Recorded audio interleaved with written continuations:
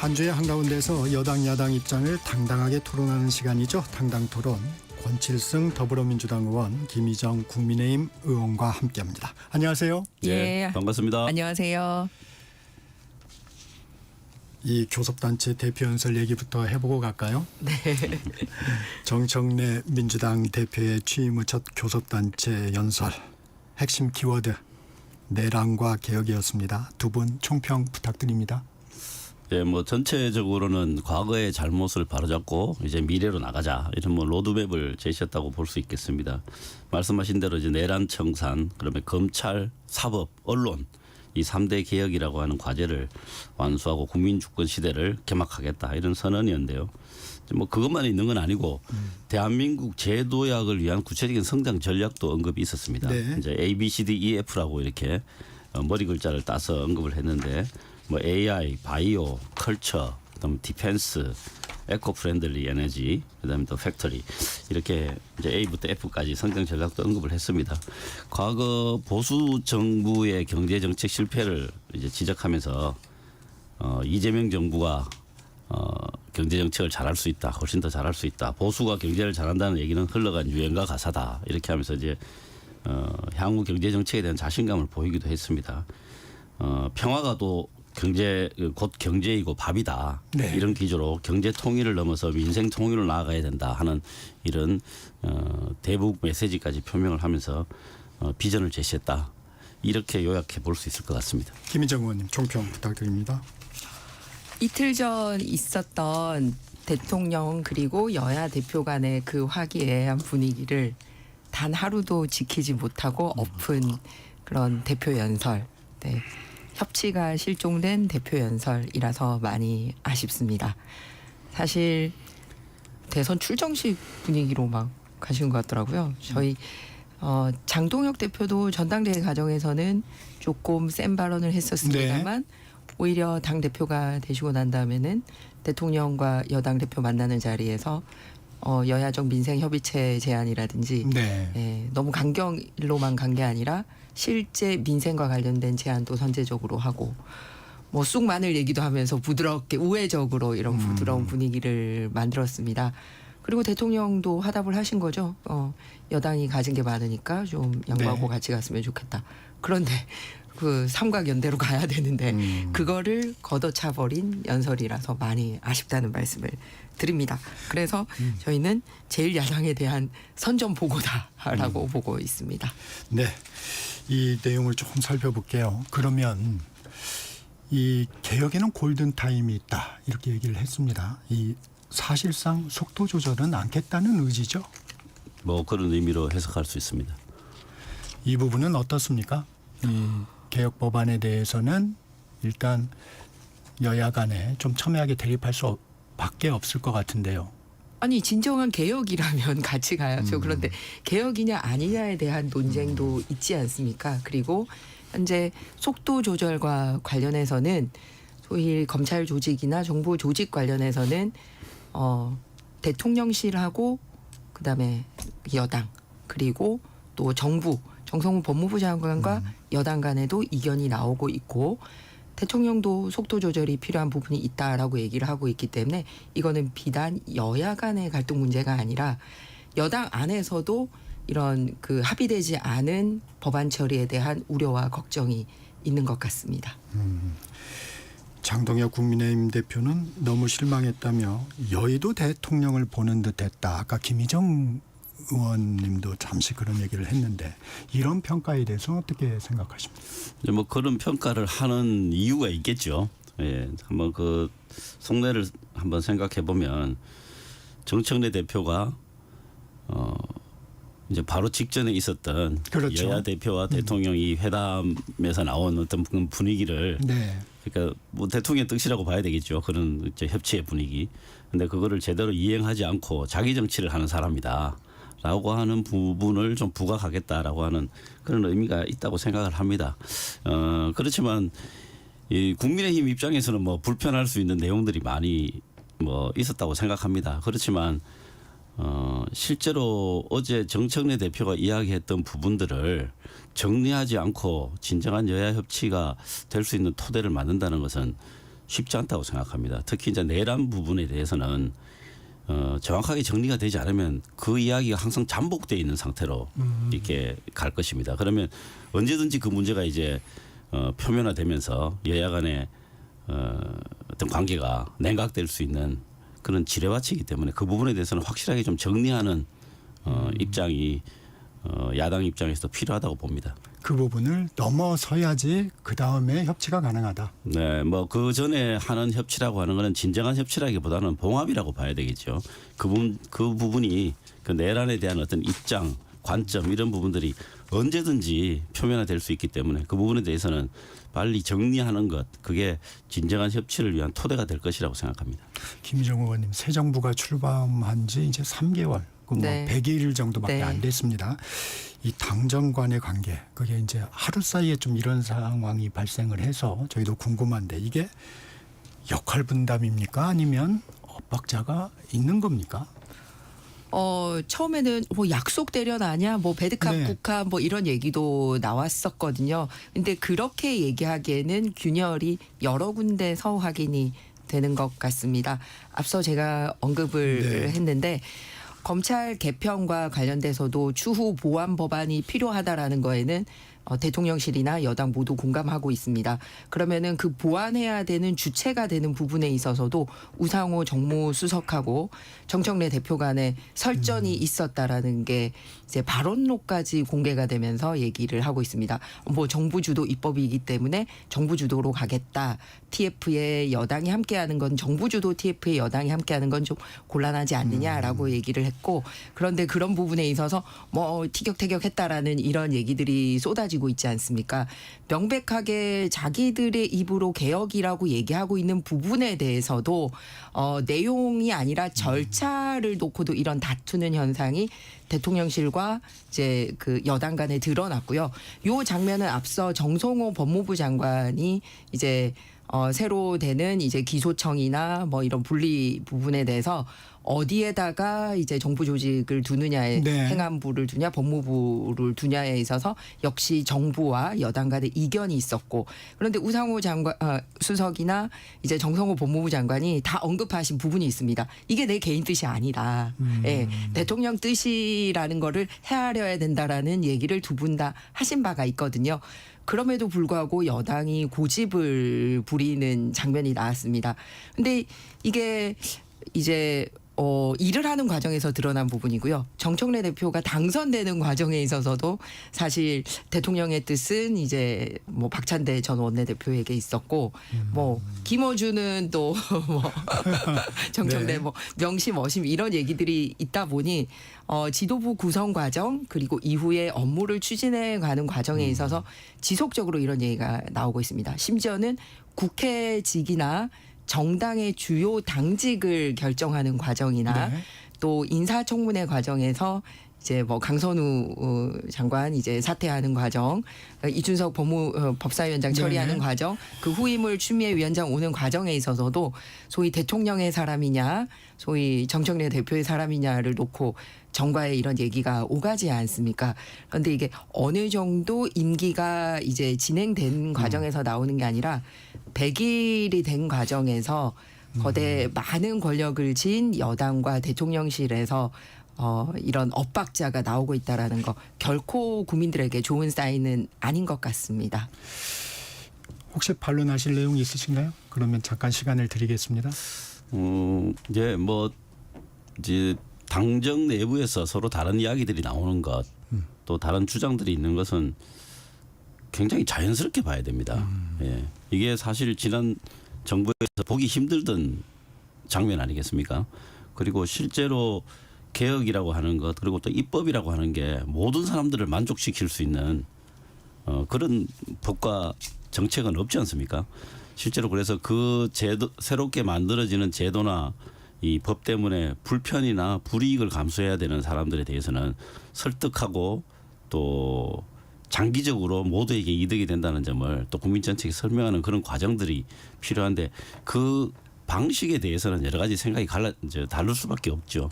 그래서 그런 부분들에 대한 큰 틀에서 그런 토론의 과정이라는 것을 좀 이해해 주셨으면 하는 마음입니다. 네, 하루 전날에 있었던 대통령과 여야 대표 회동 그 얘기도 해보겠습니다. 이 회동에 대해서는 좀 어떻게 평가하십니까? 일단 회동만 놓고 봤을 때는 아유 만나서 나쁠 거 없죠. 그리고 어쨌든 대통령이 주선을 해서 여야 대표가 뭐 악수도 하고 뭐 이런 장면이 있었지 않습니까? 그리고 시간은 짧았지만 어쨌든 각각 여당 대표, 야당 대표와 독대하는 시간도 갖추고 네. 이런 전체적인 틀은 굉장히 좋았던 것 같습니다. 근데 중요한 거는 이게 그냥 그거 한번 만나서 하하호호 사진 찍자고 만난 건 아니니까 결과로 이렇게 이어져야 되지 않습니까? 그런데 그게 지금 대통령 힘 가장 막강하다고 생각하는 시기에 24시간 유지가 안 됐잖아요. 그러니까 이틀 전에 점심 먹고 나왔는데 어제 오전 연설에서 뭐 니네 내란 정당이야 막 손가락질하고 막 여당 대표가 이런 식으로 하다 보니 사실 이러면은 미팅이 앞으로도 유지가 될까? 그리고 가장 큰 성과라고 할 수 있는 우리 장동혁 대표가 제안했던 여야정 민생협의체. 민생경제 협의체. 네. 그러면 사실은 어제 교섭단체 연설에서 그 얘기가 이어져서 나왔으면 굉장히 좋았거든요. 그게 좀 국민들에게. 아쉬웠다. 네. 그래서 이렇게 되면 물 건너가는 거 아니야? 뭐 이런 생각이 드는 거죠. 네. 민생경제 협의체 정말 어떻게 전망하세요? 우선 이제 뭐 그 회담의 모양에 대해서 네네네. 한번 좀 그럼 먼저 이제 말씀 주시고. 평가를 좀 드리면 네. 지난 3년간 이런 모습이 이제 뭐 없었다고 봐야죠. 없었죠. 그 정치 실종이었는데 이제 정치가 복원되고 있는 그런 과정에 있다라는 생각이 들고요. 뭐 첫술에 배부를 수 없습니다. 서로 간에 불만이 있고 아쉬운 점이 있겠지만 이렇게 시작을 하는 거죠. 그래서 아주 첫 단추는 잘 끼워졌다 이렇게 생각을 하고요. 또 김희정 의원님 말씀하셨다시피 대통령의 주선으로 여야가 처음으로 악수하는 장면을 만들었다라고 하는 게 국민들한테 보여지는 큰 메시지가 있다고 생각을 합니다. 네. 저는 개인적으로는 장동혁 대표가 이번 회담의 최고 수혜자라고 생각을 합니다. 아, 예. 네. 장동혁 대표 본인이 이렇게 이야기를 하셨네요. 이런 게 협치의 모습이라 생각한다. 대통령께서 곧 취임 100일을 맞는데 그동안 무거웠던 짐을 야당과도 함께 나누시면 무게가 덜지 않을까 말씀드립니다. 이렇게 이야기를 하셨어요. 정말 훌륭한 말씀이고 이런 말씀을 기조로 이제 여야 정이 같이 호흡을 맞추는 계기가 됐으면 좋겠다는 생각이 들고요. 그런데 이 협치라고 하는 게 이 일종의 정치 문화, 이게 뭐 제도로 할 수는 없는 건 아닙니까? 정치 문화인데 이거 시간이 듭니다. 그 중간에 울퉁불퉁한 일들이 많이 생길 겁니다. 그래서 인내 그리고 그 인내가 그리고 평상시에 생각하던 것보다는 훨씬 더 긴 시간을 요하기 때문에 그런 점에 대해서 여야 간에 서로 좀 참는 또 형식에 대해서 서로 양보하는 이번에 대통령께서 1대1 면담도 수용을 하면서 장동혁 대표에 대해서 한껏 사실은 무게를 실어주지 않으셨습니까? 그래서 이런 부분들에 대해서 야당에서도 좀 인정을 해주고 향후에 여야정 협치하는데 좀 이렇게 좀 협조를 많이 해주셨으면 하는 바람입니다. 네, 김희정 의원님. 그 장동혁 대표 생각보다 세게 안 하네요라고 오히려 대통령이 웃으면서 얘기를 할 정도로 그랬잖아요. 그런데 전체적인 기조를 어떻게 가져갔냐면 저희 의원들에게 설명하기를 네. 할 말은 하지만 협상의 씨앗을 남겨야 된다라고 생각했기 때문에 제1야당 대표로서의 품격을 유지하려고 함께 노력을 했다라는 전체 기조를 설명을 했습니다. 네. 즉 처음부터 끝까지 다 불만만 얘기를 하는 게 아니라 이거를 지속적으로 가져가기 위해서 꼭 해야 될 그런 그 말, 그러니까 정치 잘못하고 있는 부분에 대한 얘기도 하지만 민생에 대한 협치의 부분에 대한 그 조화를 잘 맞춰갔거든요. 그러면 거기에 대한 화답을 어제 했었어야죠. 그게 안 됐다라는 게 굉장히 아쉽고 그리고 국회법에도 다수결로 처리를 해야 되는 부분도 있지만 합의라는 단어가 국회법에 상당히 들어가 있습니다. 그런데 어제 협치라는 단어는 아예 넣지도 않았어요. 말로조차 악수 안 한다고 상당 기간 버티더니 협치 안 하겠다고 버티는 모습이 되고 있기 때문에 아쉽습니다. 그러면은 이제 정청래 대표는 그렇게 가는데 그럼 대통령께서 지금 할 수 있는 방법은 뭐냐 하나 드리고 싶은 말씀이 있어요. 다른 거는 다 좀 뭐 장기 과제라 하더라도 제일 쉬운 과제를 저희가 얘기한 게 있습니다. 어떤 거죠? 교육부총리 철회하는 겁니다. 네. 예. 한두 번 문제가 있는 게 아니라 제자 뺨을 때린 문제라든지 북한을 16번이나 방문한 거라든지 뭐 천안함 폭진과 관련돼서 국제사회에 논란이 될 만한 발언한 부분이라든지 여러 가지가 있었지 않습니까? 전방위적으로 논란이 있는 후보였었기 때문에 최교진 그 교육부총리에 대해서는 이런 뜻을 받아들여서 철회를 하는 게 상징적으로 여야 협치의 신호탄이 될 수도 있다고 생각을 합니다. 이제 원민경 여성가족부 장관 청문 보고서는 여야 합의로 채택이 됐습니다. 최규진 교육부 장관 후보자는 청문 보고서가 채택이 안 됐는데 이제 뭐 대통령의 결단이 남아 있는 거겠죠. 네, 네. 그 부분은 권칠승 의원님. 민생경제협의체 이야기 아까 네. 못했는데. 네.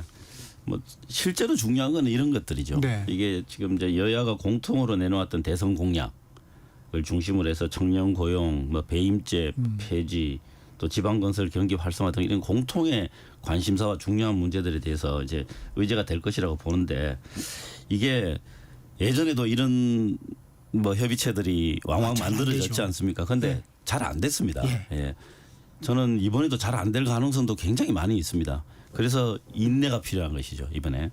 그리고 또 특히 지금 대외적인 여건이 안 좋기 때문에 이런 부분에 대한 협의는 뭐 여당 입장에서는 저는 이렇게 생각합니다. 야당의 입장을 최대한 존중하면서 형식이나 모든 거를 다 존중하면서 뭐 때로는 뭐 비공식적으로 해도 좋다고 생각합니다. 원하는 형식을 다 받아들이면서 이런 문제들을 해결하기 위해서 국력을 모으는 것 이걸 해야 되고 저는 뭐 아주 단도직입적으로 말씀드리면 이런 데 대해서 야당의 협조를 이끌어내는 것 그게 뭐 여당의 국정 운영 능력이라고 생각합니다. 저희들 최선을 다할 테니 야당 의원님들도 좀 많이 협조해 주시기를 부탁드립니다. 아유, 방금 말씀하신 이 의제를 대통령과의 미팅에서 저희 장정을 대표가 먼저 제안을 맞습니다. 예. 했습니다. 주식 양도소득세 부분이라든지 청년 일자리 창출이라든지 지방 건설 악화 부분 이런 부분에 대해서 의제까지도 저희가 주도적으로 제안을 했던 부분입니다. 그렇기 때문에 의지는 저희가 훨씬 많이 가지고 있습니다. 제가 생각하기에는 민주당은 국회의원 수도 훨씬 많기 때문에 사실 저희가 뭐 어디 위원회 한 번 두 번 들어가야 되면 민주당 한 번만 들어가도 되거든요. 약간 당의 중심축을 옮길 필요가 있다라고 생각하는 게 지금은 온총 무슨 이 뭐 검찰 뭐 특별재판부 뭐 방송장악 뭐 TF가 다 그런 정치적인 TF에 당력이 네. 좀 집중돼 있는 것 같거든요. 네. 그런데 지금 말씀하신 이런 민생과 관련된 쪽으로 민주당의 이 추가 좀 옮겨지면 저희랑 협력이 더 잘 되지 않을까 그렇게 생각을 합니다. 이게 이제 여야 공통 대선 그렇죠. 공약 이게 쟁점이 이제 적은 부분들 혹은 없는 부분들은 우선적으로 처리하자라고 하는 거 이제 예전부터 이제 계속 저희들이 제안을 해왔던 거고 또 거기에 대해서는 야당에서도 이의가 없죠 지금. 그래서 그런 부분들을 먼저 하다 보면 망의 소득이 있을 것이다. 저는 뭐 그렇게 기대하고 있습니다. 하여튼 민생경제협의체 잘 여야 의원들이 협의에 들어갔으면 하는 바람입니다. 근데 이 쟁점 법안 또 안 살펴볼 수가 없어요. 예. 또 싸움 붙이시고. 권칠승 의원님, 네. 덧셈 특검법 이번 주 처리가 되나요? 어떻게 되나요? 막판 협상을 좀 하는 걸로 저는 뭐 들었습니다만 현재까지 길이로 봐서는 뭐 필리버스터 형태로 진행될 가능성이 현재로서는 높아 보입니다. 네, 김희정 의원님. 네. 국민의힘 법사위원들은 헌재에 효력정지 가처분을 냈습니다. 이제 네. 이 자체가 불법적 의결이다 이렇게 주장을 하고 있는데 어떻습니까? 일단 특검이라는 거는 한시적으로 정해진 기간 동안 하도록 돼 있는데 지금 이 기존의 일반이 검찰인 거고 특별히 특검인 거잖아요. 근데 일반에 해당되는 검찰은 이제 해체하는 거를 하면서 특검에 대해서는 계속 이제 연장하는 방식으로 가고 있지 않습니까? 그리고 지금 재정이 굉장히 없다라고 얘기를 하면서 특검에는 막대한 돈을 쏟아놓고 있습니다. 근데 이게 저희 법사위원회만 문제 제기를 하고 있는 게 아니라 네. 최근 들어서는 검찰뿐만 아니라 검찰 수사관들까지 반발을 하고 나오고 있습니다. 심지어는 검찰 조직의 60% 이상은 검찰 수사관들이거든요. 검사가 아니라 그들도 그때도 공식적으로 문제 제기를 했고요. 지금은 일선 검찰이나 검찰 수사관들 중에서 특검에 파견돼 있는 분들이 나 더 이상 이런 특검에 같이 못하겠다라고 원대 복귀하겠다라는 의사를 표현할 정도로 지금 현재 진행되고 있는 여러 가지 이런 일련의 움직임들에 대해서 반대하는 목소리가 비단 여당 이 법사위에서뿐만 아니라 당사자들에게서도 나오고 있다라는 거를 좀 민주당이 주시해야 될 것 같습니다. 이 내란 특별재판부 문제도 좀 살펴볼게요. 이 박희성 민주당 의원이 공개 비판을 좀 했습니다. 윤석열 전 대통령이 상권 분립을 무시하고 계엄을 발동해 총칼을 들고 들어온 것과 똑같다 이렇게 강하게 말했는데 여당 내에서도 좀 이런 분위기가 있습니까? 어제 이해식 민주당 의원 저희 프로그램에 나왔는데 내란 특별재판부를 설치할 수 있는지에 대한 질문에 본인도 좀 회의적이다 하는 얘기는 하긴 했어요. 어떻습니까, 권 의원님? 그러니까 기본적으로 이게 건전한 토론의 장이다라고 보셔야 됩니다. 예를 들어서 어떤 입장이 사실 뭐 정해지지도 않았습니다. 내란 재판 전담부를 어떻게 만들 것인지 특별재판부로 하는 것은 아니다라는 것 정도는 정해졌지만 나머지 부분들은 굉장히 유동적이고 지금 논의가 진행 중인 건입니다. 그런 과정에서 뭐 이제 위헌적 요소들을 사전에 배제해야 된다는 취지의 이제 발언인데 저는 뭐 당내에서 당연히 있을 만한 일이고 또 당연히 있어야 되는 그런 토론의 현장이라고 생각합니다. 그렇기 때문에 저는 뭐 우려하는 생각은 없고요. 이런 과정을 통해서 혹시라도 있을 수 있는 뭐 위헌적 그 측면을 제거하고 그다음에 국민적 공감대를 일으키는 공론의 과정이지 않습니까? 그래서 저는 뭐 아주 건전한 그 토론의 현장이다 이렇게 보고 저는 뭐 긍정적으로 보고 있습니다. 그 민주당 내 분위기는 좀 어떻게 보셨습니까? 아니 방금 권칠승 의원님께서 말씀하신 게 진짜 민주당 분위기라면 공청회에서 나왔던 얘기도 듣고 각 당의 의견도 좀 열어놓고 듣고 그다음에 정말 속도 조절도 하고 이렇게 해야 되는데 아니 지금 닥치는 대로 다 추석 전에 우리는 고행하겠다 이런 거잖아요. 그러면 언제 당내 의견은 조율을 하고 관계 얘기를 듣습니까? 그리고 이게 특검 연장이나 특별재판부나 정부조직법 개편이 이렇게 전부 다 하나의 그 이 묶음으로 막 맞물려서 가면서 추석 전 속도전을 예고를 하고 있지 않습니까? 그러면 필리버스터로 할 수 있는 거는 만 하루 막는 거 말고는 안 되거든요. 그렇기 때문에 실제 의견을 청취하는 과정에서 일어나는 그런 현상이다라고 보기에는 굉장히 큰 문제다라는 말씀을 드리고 싶습니다. 특히 일반 법안들과 달리 특별재판부 같은 거는 어쨌든 명확하게 상권 분립을 기본으로 하고 있는 우리나라의 헌법 정신에 위반된다라는 그런 우려가 굉장히 많습니다.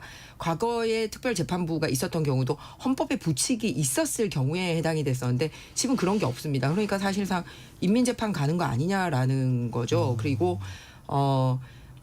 이게 민주당 내부에서만 나온 게 아니라 법원 행정처에서도 조목조목 문제를 지적을 하고 있죠. 지적을 한 바가 있습니다. 사법부 독립성 위험에 대해서 얘기를 했고요.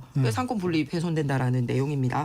그리고 위험 판정이 났을 경우에 그동안 이루어졌던 재판에 대해서 그러면 다 그 효력을 어떻게 할 거냐 문제가 될 거다라는 게 있었고요.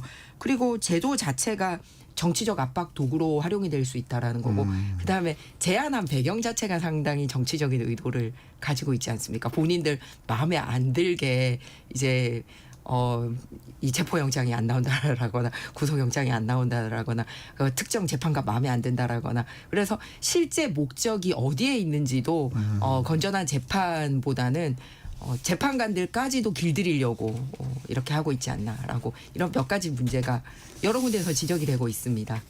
네, 여기에 대해서 한 말씀 드릴게요. 이게 일단 특별재판부 그리고 전담재판부는 현재도 있는데 용어를 좀 바꾸셨더라고요. 그렇습니다. 네. 전담재판부라는 거 말씀드리고요. 그다음에 이런 이야기가 나오게 되는 이 배경이 지금 이 헌정질서 파괴라고 하는 엄중한 범죄에 대해서 지금 법원이 취하고 있는 태도에 대해서 우려가 많이 있습니다. 그래서 국민이 신뢰할 수 있는 절차를 만들어야 되는 거 아니냐라고 하는 게 이제 근본적인 문제 제기고요. 구체적인 이제 사유를 보면 지금 이제 직위원 재판부가 이제 재판을 진행하고 있는데 굉장히 느리게 진행되는 것도 있고 뭐 물론 과거에 내란 수괴 사범을 이제 뭐 대한민국 최초로 이거를 시간으로 계산해서 석방을 해준 이런 뭐 과거도 있습니다만은 현재도 보면은 이 내란 재판의 대부분을 비공개로 하고 있습니다. 그래서 그 재판의 내용이 재판이 어떻게 돌아가는지 국민들이 알지를 못하고 있습니다. 정치권조차도 이 제대로 모르고 있거든요.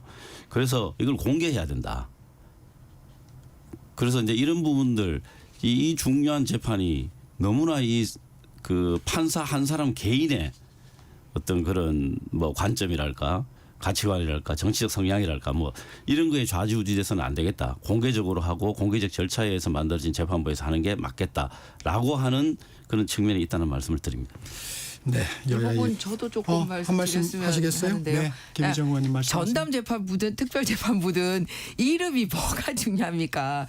그냥 콕 찍어서 원하는 판사 통해서 원하는 재판 만들겠다라는 거지 않습니까? 그게 안 돼서 법원행정처에서도 재판의 임의성을 얘기한 거예요. 누구 원하는 사람한테 지정하는 게 아니라 그냥 누가 하든 똑같은 결과가 나와야죠. 그러니까 이름 바꾸는 방식으로 하는 거는 여기서뿐만 아니라 이진숙 방통위원장 찍어내려고 그 방송통신위원회법 이름 바꾸는 거 계속 표지가리 한다고 성공하는 게 아닙니다. 그다음에 두 번째는 법원에 대한 우려 말씀하신 거에 대해서 이제 민주당 박 의원님이 말씀하신 게 같은 내용입니다. 사실 이재명 전 대표에게 유리한 판결 나왔을 때는 법원에 대해서 환영하고 조금 불리한 거 나오니까 법원도 손봐야 돼. 이렇게 하고 있는 거 아닙니까? 그거를 지적해서 박 의원님이 말씀하신 거였거든요. 그건 민주당뿐만이 아니고 국민의힘도 항상 그래오지 그렇죠. 않습니까? 그렇다고 국민의힘이 사법부를 길들이겠다고 헌법을 훼손하는 일을 하진 않았지 않습니까? 네. 예. 그다음에 뭐 느린 재판 말씀하셨는데요. 느린 재판으로 가장 이득 보신 분이 지금 대통령 돼서 계십니다. 선거법 육상사항을 보세요. 조국, 윤미향, 이재명 대통령 이런 분들 지금 이미 결판이 났었죠. 굉장히 뭐 한 명은 임기 다 채우고 월급 다 받아가고 사면까지 받은 윤미향도 있고 그 와중에 정당 차린 조국도 있고 그 와중에 대통령 대신 이재명 대통령도 있습니다. 그러니까 뭐 느린 재판 때문에 전담 재판부 하겠다 이것도 말이 안 되죠. 자, 그런데 이재명 대통령 재판 느린 거는 검찰 측에서 정의를 너무 많이 신청해서 그래요. 그런 내용을 보시면 그렇습니다. 아이고 상호 똑같았습니다. 이게 아닙니다. 이게 이제 그 피고 측에서 제시한 저 증인보다 10배 이상을 검찰 측에서 그 얘기하면 오늘 또 우리 시간 길어지나 그러니까 재판 누가 그래서 이제 끌었는지는 그런 부분들은 빼고 네. 이 지금 현재 이 내용들 여기에 대해서는 뭐 아까 일단 특별 재판부나 전담 재판부다. 그리고 이 전담 재판부에 이제 임명권도 대법원장이 가지도록 하는 그런 방식으로 이제 위헌적 요소나 우려되는 부분들은 해결해 나가자. 이런 토론의 과정에서 나오는 말들이다. 이렇게 말씀드립니다. 그리고 앞으로 논의가 계속 되는 거죠? 그렇습니다. 그 부분은. 예, 예. 네. 당당 토론 잠시 쉬어가겠습니다. 권칠승 더불어민주당 의원, 김희정 국민의힘 의원과 함께하고 있습니다. 전하는 말씀 듣겠습니다.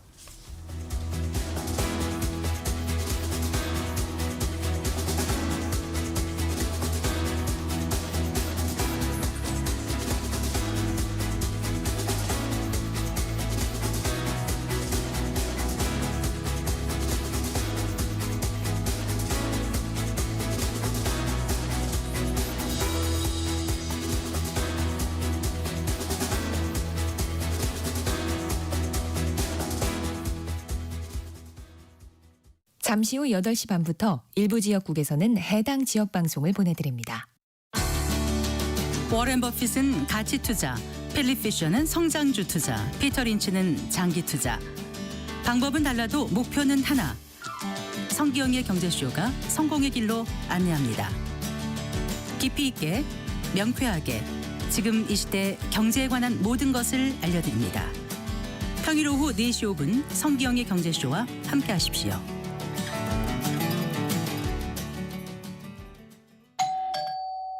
편지 왔습니다. 퇴근길 지친 당신에게 힘이 되는 뉴스를 전해드립니다. 매일 저녁 5시 5분 당신과 함께 읽는 세상 이야기 KBS 1라디오 뉴스레터 K. 지금 시각은 8시 30분입니다. KBS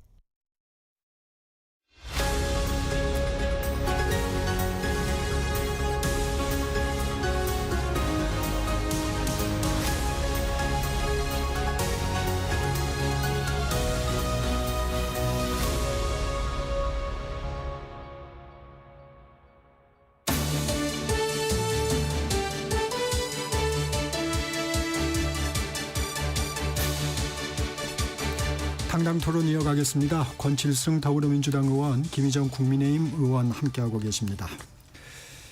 이 정부 조직 개편안 관련해서 검찰의 반발 얘기도 좀 해보겠습니다. 이 검찰청 폐지에 대해서 노만석 검찰총장 직무대행이 헌법에 명시되어 있는 검찰이 법률에 의해서 개명당할 위기에 놓였다. 이렇게 말하면서도 이 모든 것이 우리 검찰의 잘못에 기인한 것이기 때문에 깊이 반성하고 있다고 했습니다. 이 직무대행의 발언, 방점이 어디에 있는 건가요? 예, 뭐 방점은 뭐 깊이 반성하고 있다. 뭐 본인들이 자초한 것이다. 자성자박이라고 하는 것에 대한 어떤 회한, 후회 뭐 이런 것들이 뭐 방점이라고 봐야 되는데 앞에 나온 이야기를 보면 헌법과 법률을 언급하면서 살짝 태클을 걸었어요. 네. 예. 이제 뭐 그 정도는 뭐 저는 뭐 이해합니다. 이해하는데 이게 아마 이제 최근에 뭐 법을 하시는 분들 사이에 헌법 89조를 들어서 뭐 이게 위헌적 요소가 있는 게 아니냐라는 이야기들 하는데 그 내용을 한번 보시면 제가 알기로는 이제 대세적인 판단은 그 해석은 이제 열거를 한 것이다.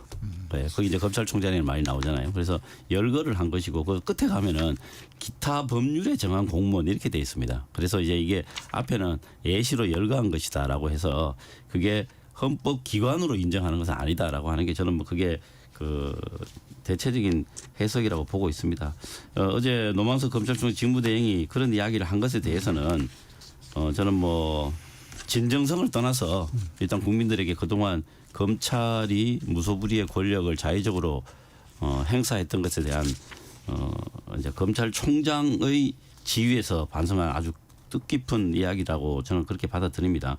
이미 윤석열 정권 때도 이제 검찰의 행태에 대해서 검찰 내부에서도 우려하는 목소들이 많이 있었다고 저도 들었습니다. 그래서 그런 과거에 대한 반성이 있었으리만큼 검찰 개혁과 관련된 여러 가지 제도 개혁에 좀 협조를 검찰에서도 해주시고 또 건설적인 대안에 대해서는 또 얼마든지 말씀해 주실 것을 이제 부탁을 드립니다. 그런데 단 하나 이 조직적 어떤 이기주의 네. 과거에 많이 있었지 않습니까? 특히 검찰에서 그거에 근거한 어떤 정치적 그 발언이라든가 좀 고의적인 방해 이런 것들은 정말 이제는 없었으면 좋겠습니다.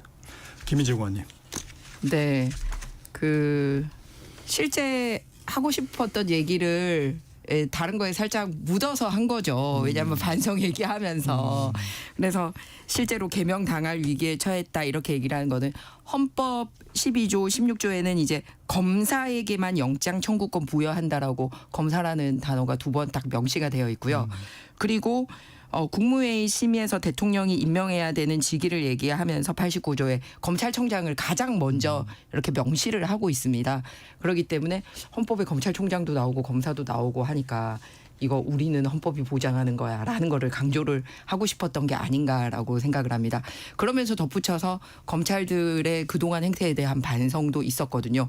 그러면은 그 이제 법을 바꾸는 거는 이제 국회가 이제 해야 되는 거고 네. 그 과정에서 검찰의 공식 입장을 내면 되는데 검찰총장으로서 할 수 있는 일을 하면 되겠네요. 지금부터라도 이렇게 뭐 정치 권력 따라서 바람도 불기 전에 미리 눕고 하는 거 지금 당장 안 하면 되지 않습니까?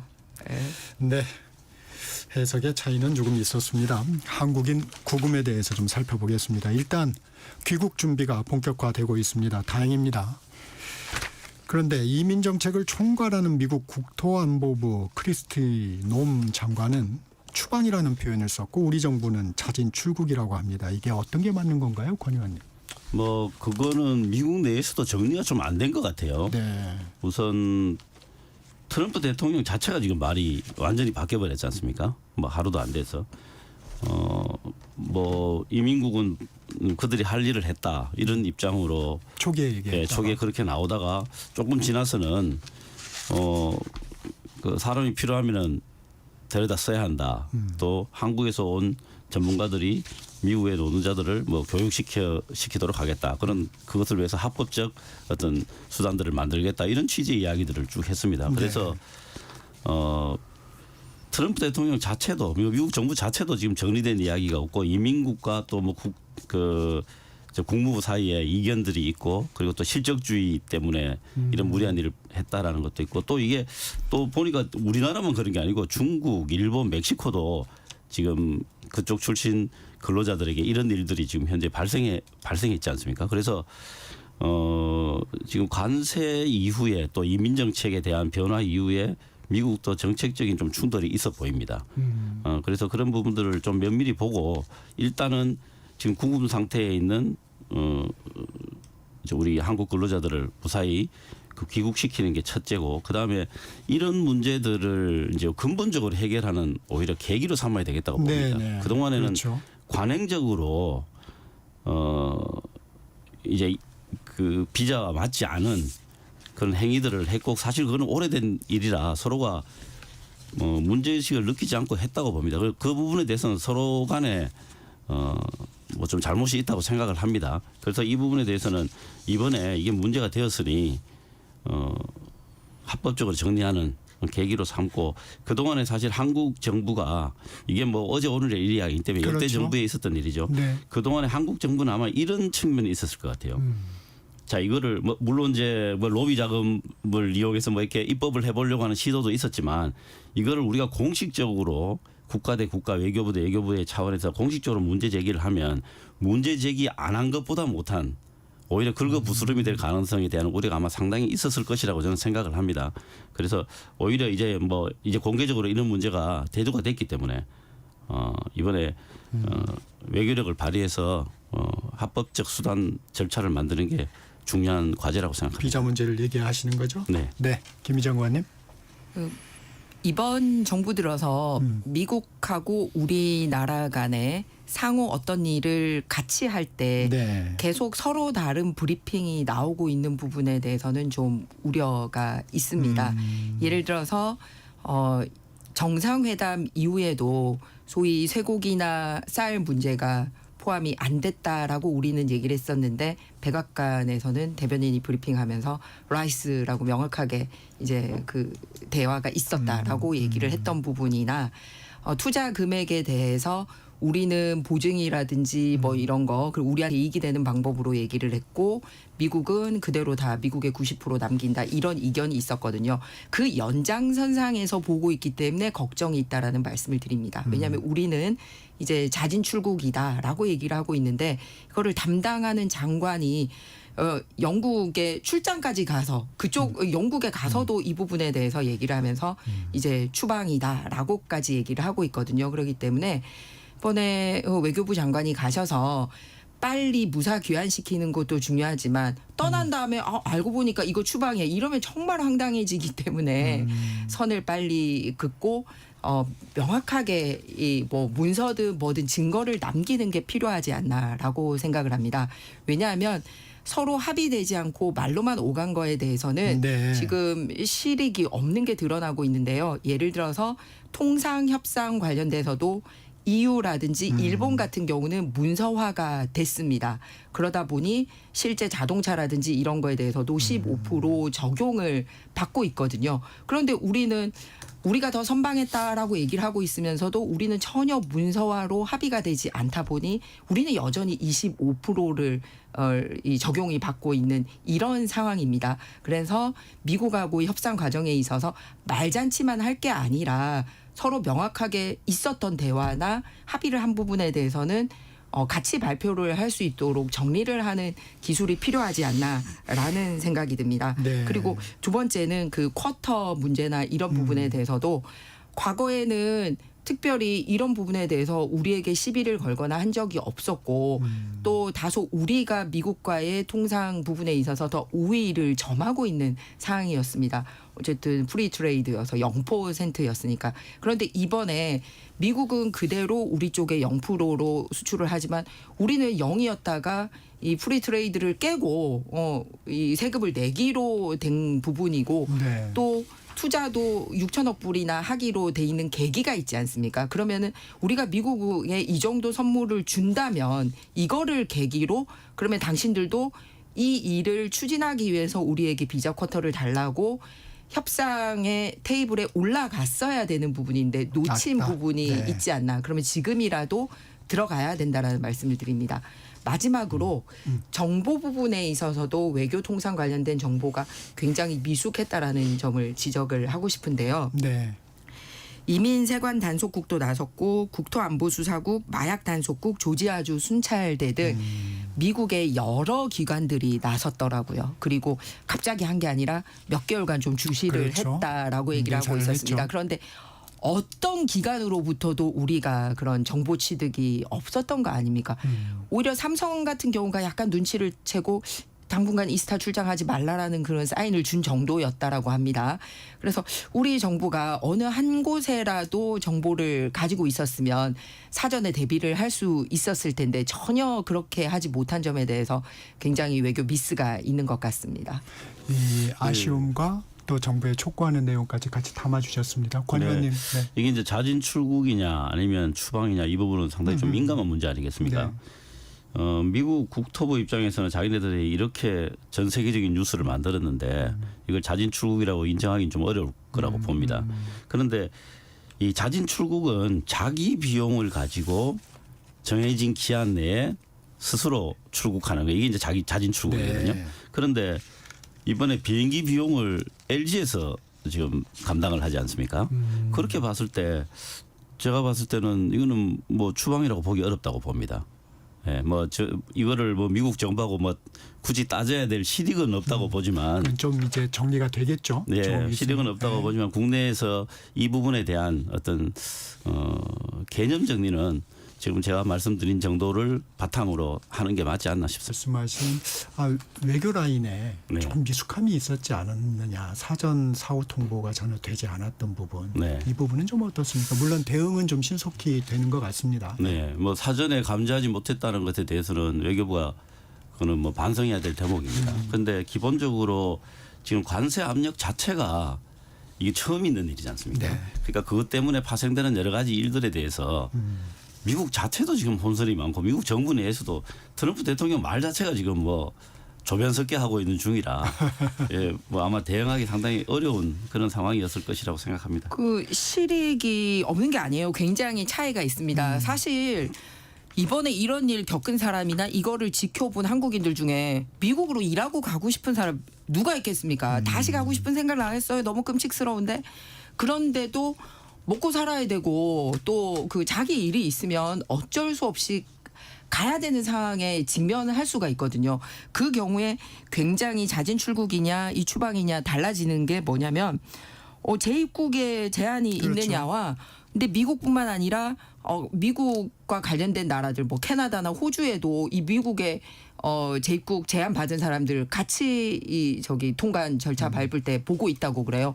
그러면 국제적으로 범죄자 아닌 범죄자처럼 낙인 찍히게 되는 거기 때문에 내가 선택적으로 미국 가고 안 가고 내가 결정을 해야지. 아니 내가 거부당하는 거 제가 말씀드린 그런 뜻은 아닙니다. 기분 나쁘지 않습니까? 네. 그래서 그런 우려는 부분을 충분히 전달이 예. 된 것 같습니다. 그다음에 두 번째는 미국에서 그렇게 정의하는 거에 대해서 우리가 충분히 반론하고 있지만 반론할 수 있지만 정부 대 정부 간에 그거를 야 이건 아니다 이거다 이렇게 우리가 지금 논쟁에서 할 필요가 있느냐라고 하는데 저는 지금 논쟁하지 않으면 이 부분은 그때 가서 바로 잡아주지 않을 거라고 근데 생각을 지금 해요. 아직 이제 그 부분은 확실하지 않은 부분이니까 예, 그렇습니다. 네. 네, 또 외교력이 집중돼야 되는 부분이니까 그다음에 그 하나 부분은 지금 또 넘어가시죠. 바로 해야 되는 부분이 뭐냐면 대통령이 주미 대사관과 주 애틀란타 총영사관을 통해서 이 문제에 해결을 집중해라라고 얘기를 했어요.